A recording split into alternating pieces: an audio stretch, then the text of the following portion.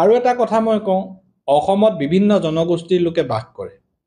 সেই তাতে আমাৰ মণিপুৰী গাঁও আছে, আমাৰ সীমান্তত বেংগলী মানুহ আছে, সীমান্তত গাৰো মানুহ আছে, সীমান্তত বিহাৰী মানুহ আছে।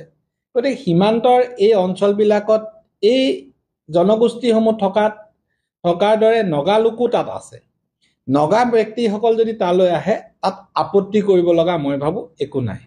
তেওঁলোকে, আপোনালোকে ভিডিঅ' চাব, তেওঁলোকে আহি কৈছে যে এয়া মোৰ পূৰ্বপুৰুষৰ মাটি। তেওঁলোকৰ পূৰ্বপুৰুষৰ যদি মাটি, তেওঁলোকে তাৰ অধিকাৰৰ বিষয়ে ক'ব পাৰে, কিন্তু তেওঁলোকে কেতিয়াও কোৱা নাই যে এইখিনি মাটি নাগালেণ্ডৰ মাটি।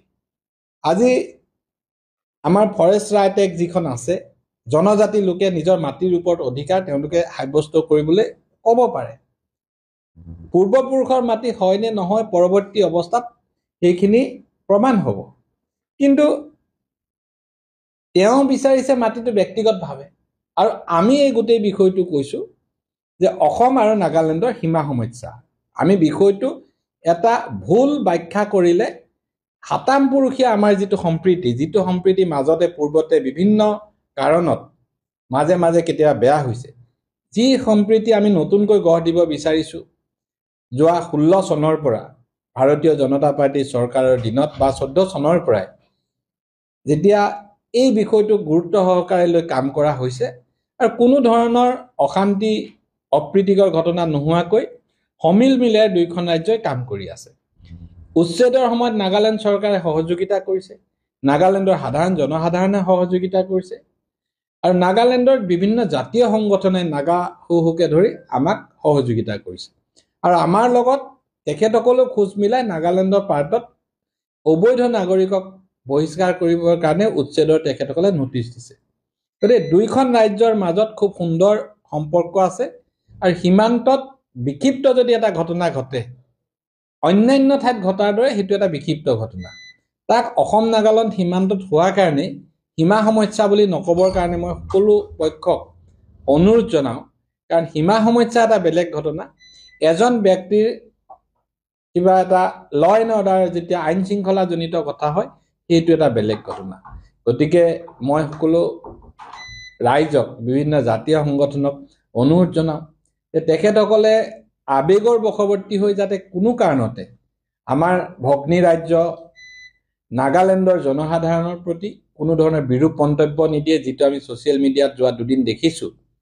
তেওঁলোকৰ সহযোগিতাই আমাৰ এই গোটেই কাৰ্যসূচীটো সফল কৰাত সহায় কৰিছে। মাটি, অসমৰ মাটি নাগালেণ্ডে বিচাৰিবলৈ হ'লে চৰকাৰীভাৱে বিচাৰিব লাগে। এজন ব্যক্তিয়ে নিজৰ ঘৰখন চুবুৰীটোৰ নাম এটা সলনি কৰিব যত্ন কৰিলে সেয়া চৰকাৰীভাৱে স্বীকৃত নহয়। আজি আধাৰ কাৰ্ডত হওক, আজি অন্যান্য পাছপৰ্টত হওক, যিটো আমাৰ এড্ৰেছ আছে, যিখন গাঁৱৰ নাম আছে, গাঁৱৰ নাম কোনো ব্যক্তিয়ে সলনি কৰিব নোৱাৰে। গাঁৱৰ নাম সলনি কৰিবলৈ হ'লে তাৰ বাবে চৰকাৰী প্ৰশাসনিক ব্যৱস্থা থাকিব। কোনোবাই চাইনবোৰ্ড এখন লিখি দিলে সেই চাইনবোৰ্ডখনৰ কোনো ভেলু নাই, আৰু তেনে চাইনবোৰ্ডত গুৰুত্ব কোনেও নিদিয়েও।